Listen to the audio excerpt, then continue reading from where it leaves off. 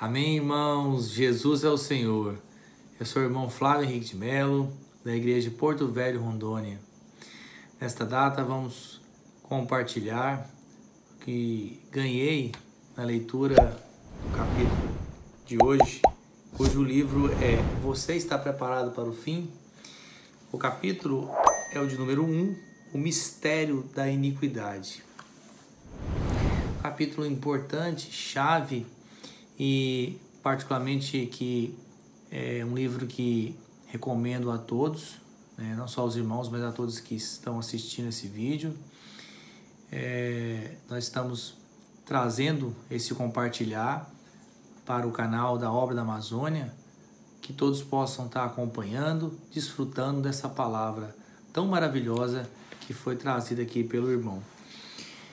Nesse capítulo número 1, o mistério da iniquidade, nós temos 11 subcapítulos.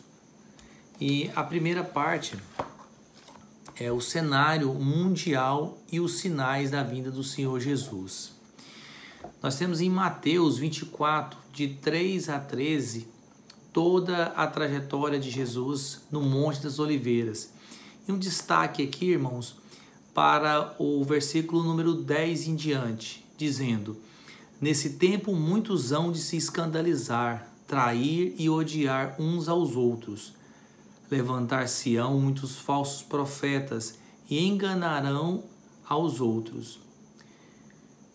E por se multiplicar a iniquidade, o amor se esfriará de quase todos. Aquele, porém, que perseverar até o fim, esse será salvo. Irmãos, que sejamos nós, né? Que estejamos perseverando. E aí a palavra aqui, ela revela no livro 3 grandes acontecimentos que são sinais dessa vinda do Senhor. O primeiro grande sinal foi a restauração da nação de Israel em 1948. Um segundo grande sinal foi a reconquista de Jerusalém em 1967, na Guerra de 6 Dias. E o terceiro grande sinal será a reconstrução do Templo de Jerusalém, que ocorrerá às portas da segunda vinda do Senhor. Não se sabe quando ocorrerá, mas se sabe que é certo para que se cumpra a promessa de Deus. Irmãos, temos que estar atento a isso, como cristãos, como crentes da palavra de Deus. Os acontecimentos que estão por permear e permeando já a Europa e o Oriente Médio. Isso deve nos servir de alerta para cada vez mais nos prepararmos para essa volta do Senhor. É importante, irmãos, também ficarmos atentos nos acontecimentos que estão rodeando o cenário hoje, seja nacional, seja internacional. Nós temos várias situações que afetam a revolução sexual. Essa área é uma área que está extremamente em alteração em vários setores, inclusive dos poderes do Estado brasileiro, legislativo, executivo, judiciário, enfim, situações que o mistério da iniquidade vai trabalhando para que aos poucos ele vai se operando entre nós.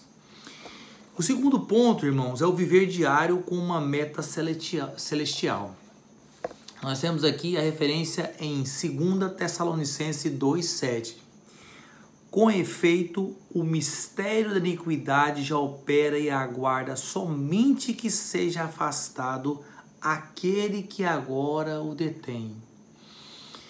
Ó Senhor Jesus, irmãos, é muito importante nós estarmos em alerta, estarmos vigiando e orando, para que não sejamos remissos e não sejamos pegos de surpresa, irmãos.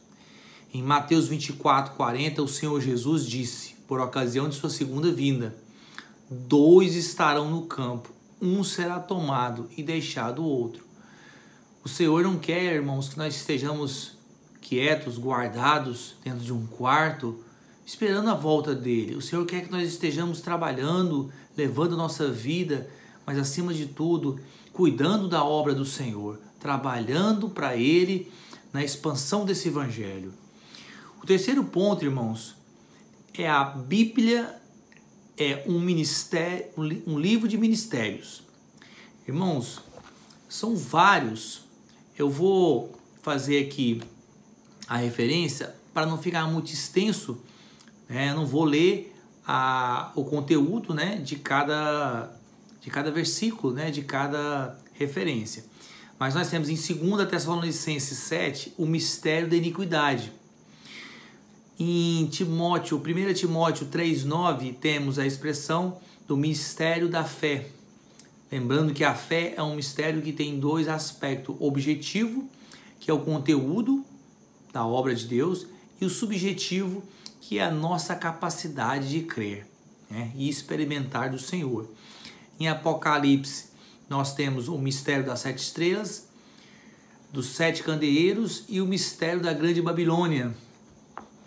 No Novo Testamento, em Mateus 4,11, o mistério do reino de Deus, o mistério guardado em silêncio nos tempos eternos, em Romanos 16,25, o mistério da sabedoria de Deus, em 1 Coríntios 1,27, o mistério da glorificação, em 1 Coríntios 15,51, o mistério da vontade de Deus em Efésios 1,9, o mistério de Cristo em Efésios 3,4 e Colossenses 4,3, o mistério desde os séculos oculto em Deus, Efésios 3,9.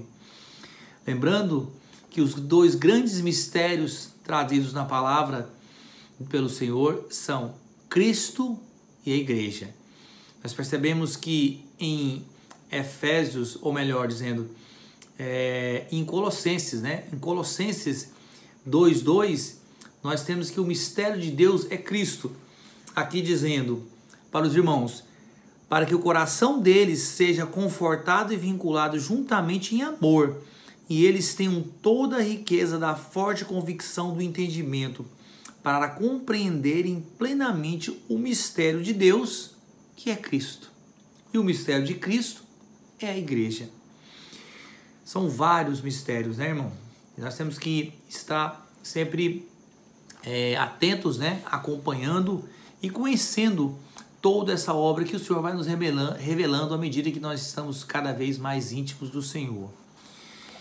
O quarto ponto é inteligência versus sabedoria. A sabedoria, ela é algo espiritual, irmãos.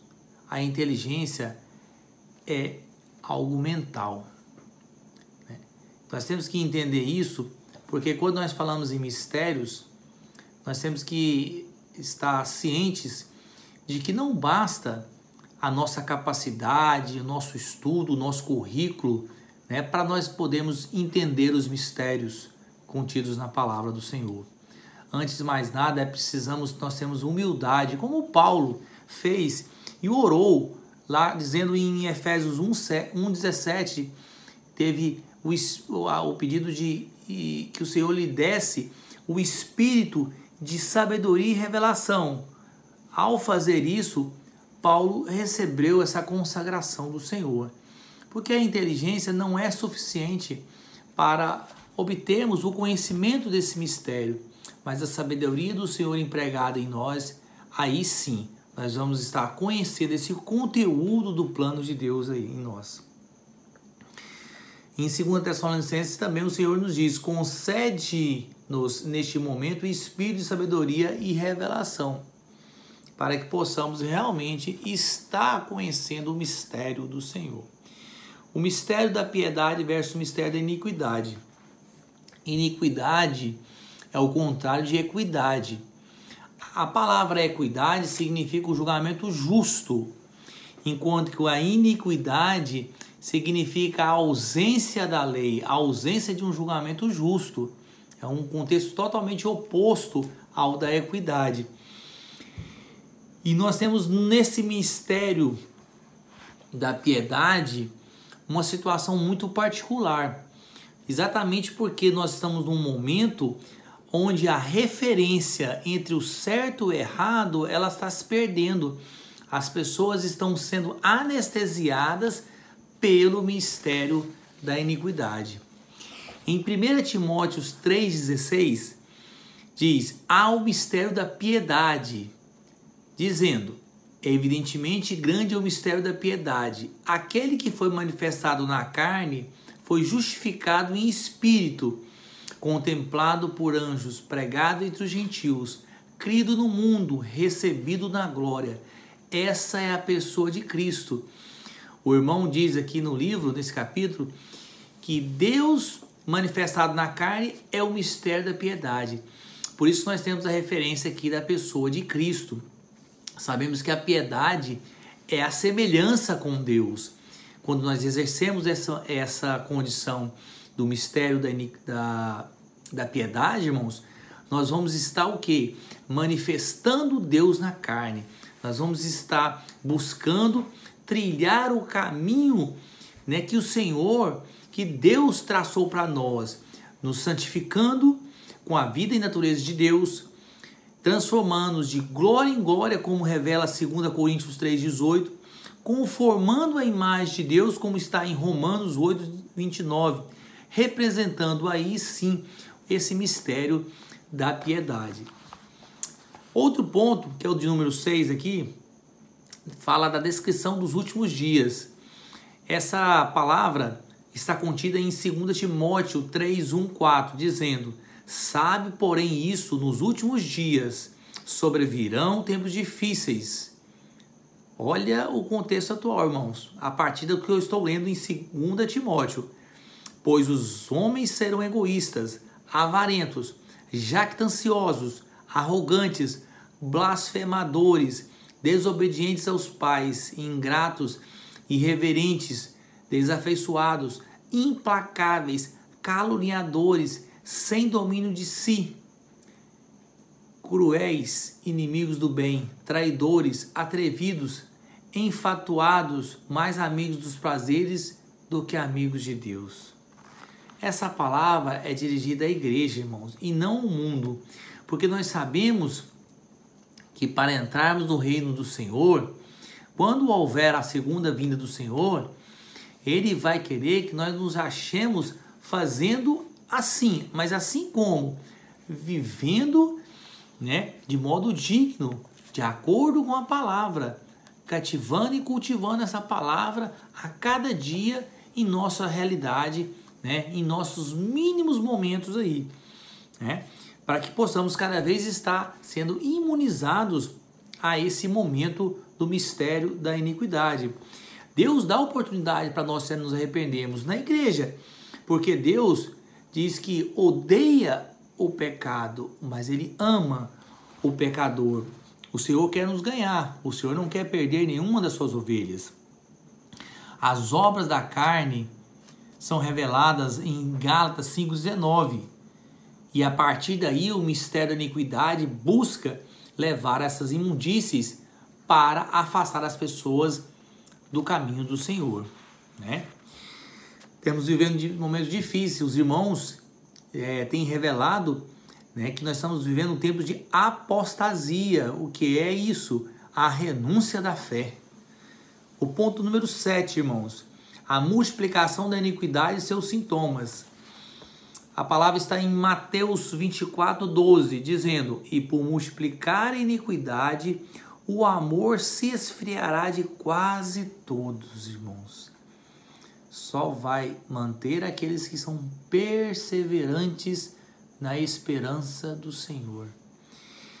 O mistério da iniquidade, como disse em 2 Tessalonicenses 2:7a, ele já está operando e com bastante eficácia. Por isso temos que tomar cuidado, porque a iniquidade, irmãos, é como um vírus, uma bactéria. Você não vê, é como diz a palavra, é um quê? Um mistério, ou seja, é algo que não está aparente, mas que atua e leva à nossa destruição. Quais são esses sintomas? O esfriamento do amor, a ausência das reuniões, ou começa com a baixa frequência, até partir para a ausência. E como é que está essa curva, irmãos? Para você medir o seu termômetro, vai ser você fazer uma pergunta a si mesmo. Como está a curva do nosso amor por Deus? Você vai avaliar esses sintomas dentro dessa pergunta aí. O ponto número 8, a razão da infecção. Mornidão espiritual. Todo ambiente em que ele está morno, ele é favorável à proliferação do vírus e das bactérias. Ao contrário, num ambiente onde está quente, ele está realmente aquecido, onde o fogo, o calor é intenso, não há essa proliferação. Por isso que se fala que a maneira mais eficaz de combater a mordomia espiritual é através do fogo. E aí é a maneira mais garantida de se combater esses males da iniquidade. Apocalipse 3, 15, 16 diz: conheço as tuas obras, que nem és frio nem quente. Quem deras fosse frio ou quente. Assim porque és morno, e nem és quente nem frio, estou a ponto de vomitar-te da minha boca. Deus não quer que nós caiamos nessa condição. Deus quer que nós mantenhamos a nossa chama acesa dentro de nós, aquecida com entusiasmo, para que as crises exteriores não venham afetar e causar crises interiores em nós. Qual é o antídoto? Ponto número 9. O antídoto contra o mistério da iniquidade é o fogo do Espírito Santo, queimando no nosso espírito, como uma tocha, né? Como algo que realmente incomoda, mas é um incômodo para realmente manter acesa a vida e a natureza de Deus dentro de nós. Romanos 12, 11 diz: no zelo não sejais remissos, sede fervorosos de espírito, servindo ao Senhor. Ainda em Mateus 3,11 temos que: eu vos batizo com água para arrependimento, mas aquele que vem depois de mim é mais poderoso do que eu, cujas sandálias não sou digno de levar. Ele vos batizará com o Espírito Santo e fogo. Já revelando aí o Senhor, né? Então, como a tocha olímpica, né, nós temos que estar com os irmãos segurando essa brasa, esse fogo, para passarmos ao atleta seguinte, ao varão, né, à irmã, ao irmão, que vai transmitir aos outros e assim por diante, de forma que esse fogo não se apague, esse fogo passa a ser mantido aceso, mas para isso, obviamente, temos que invocar o nome do Senhor. Como diz lá em 2 Timóteo 1,6, por esta razão, pois te admoesto que reavives o dom de Deus que há em ti. Temos que orar, temos que invocar. Nossa oração tem que ser a seguinte: Senhor, que o meu amor não se apague, nem esfrie, mas queime em ti. Temos que queimar, irmãos, para a nossa vida da alma não atuar, e sim o nosso espírito conectado com o Espírito de Deus. Jesus no tempo do fim, ponto 10. Jesus é apresentado em Apocalipse 1,13 dizendo: semelhante a filho do homem. Isso mostra que Jesus experienciou na carne o que nós sentimos, as nossas dores, os nossos sofrimentos. Deus, né, se fez homem por meio de Jesus, né, e Jesus, enquanto homem, experienciou tudo isso que nós mencionamos. E isso permitiu a Deus achar mais graça. Por isso que quando nós chegamos a Deus, nós achamos mais graça, porque Deus conhece a nossa experiência, as nossas aflições, as nossas fraquezas. Jesus no tempo do fim está com olhos de chama. Jesus não está com olhos de pombas. Jesus está com olhos de chamas, ou seja, Jesus, como diz lá em Cânticos 5,12, né, esse óleo para queimar tudo aquilo que repugna a presença do Senhor, tudo aquilo que afasta o Senhor. E é interessante que em Apocalipse ele traz essa ordem bem enfática da força da presença realmente do Espírito dentro de nós. Tanto que lá em Apocalipse 1,5 ele fala da alteração dessa ordem da Trindade Divina, dizendo que não seria o Pai, o Filho e o Espírito, mas lá ele traz o Pai, os 7 Espíritos, que é o Espírito Santo sendo 7 vezes intensificado, e o Filho. São a forma que o Senhor traz aqui para estarmos cada vez mais com essa chama acesa, né? E esse Espírito vivente, né? Intensificado em nós, multiplicando 7 vezes aqui. Em Apocalipse 5,6 diz: então vi no meio do trono e dos 4 seres viventes, e entre os anciãos, de pé, um cordeiro como tendo sido morto. Ele tinha 7 chifres, bem como 7 olhos, que são os 7 Espíritos de Deus enviados por toda a terra. Ó Senhor Jesus, irmãos, essa palavra realmente é para mostrar que nós temos aí esse Espírito do Senhor intensificado 7 vezes mais dentro de nós aí. E no ponto 11, eliminando a iniquidade, é o ponto final aqui. O grande antídoto do mistério da iniquidade é exatamente para combater, né, essa força, essa operação dele, é o Espírito 7 vezes intensificado, com as 7 tochas que ardem diante do trono de Deus. Esse Espírito intensificado, ele queima essa iniquidade em nós. Veja só, em Hebreus 12, 14 diz: sem santificação não veremos o Senhor. Para haver santidade precisamos do elemento fogo.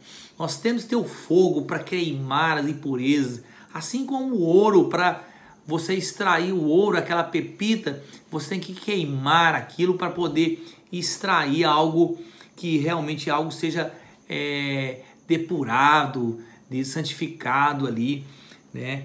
O fogo do Espírito é para nos purificar e santificar. Então precisamos desse fogo, precisamos realmente dessa chama, desses Espíritos 7 vezes intensificados dentro de nós. 2 Pedro diz, virá, no inciso 10 a 12, virá entretanto como ladrão o dia do Senhor, no qual os céus passarão com estrepitoso estrondo e os elementos se desfarão abrasados. Também a terra e as obras que nela existem serão atingidas, visto que todas essas coisas vão de ser assim desfeitas. Deveis ser tais como os que vivem em santo procedimento e piedade, esperando e apressando a vinda do dia de Deus, por causa do qual os céus incendiados serão desfeitos e os elementos abrasados se derreterão. O Senhor deseja com que isso nós sirvamos e estejamos vivendo em santidade. Uma vez que nós estejamos sendo purificados, depurados com esse fogo, a santidade vai cobrindo e tirando todas as obras da iniquidade dentro de nós, para seguirmos os passos, né, da glorificação, da conformação, até atingirmos realmente a conformidade com a imagem e semelhança do Senhor. Um alerta deixado aqui em Hebreus 12, 28, 29. Diz: por isso, recebendo nós um reino inabalável, retenhamos a graça, pela qual sirvamos a Deus de modo agradável, com reverência e santo temor. Porque o nosso Deus é fogo consumidor. Esse fogo consome nós, mata a nossa vida da alma, mata a nossa iniquidade, mas nasce a vida, nasce o Espírito dentro de nós. Se assim nós permitirmos que queime tudo aquilo que agrada, certamente o amor do Senhor não esfriará. Irmãos, Jesus é o Senhor, que o Senhor realmente possa, com essa palavra, ter tocado você, meu querido irmão, minha querida irmã, a todos os ouvintes desse canal, que possamos realmente nos consagrar, possamos realmente estar preparando para esse momento dessa volta do Senhor, né? E aí fica aquela pergunta, que é o título desse livro, né, que inicia nesse primeiro capítulo agora do Ministério da Iniquidade: você está preparado para o fim? Vamos ler essa obra, irmãos. Eu recomendo a leitura, muito importante, principalmente nesse tempo de pandemia.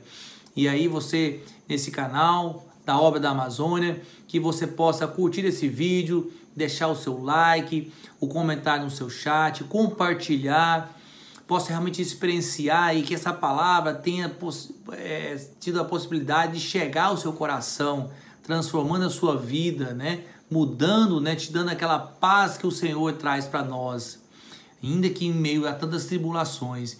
Que Deus possa abençoar a todos e tenha uma boa semana. Jesus é o Senhor. Para frente vamos, irmãos, perseverantes e firmes na obra do Senhor. Senhor Jesus. Amém.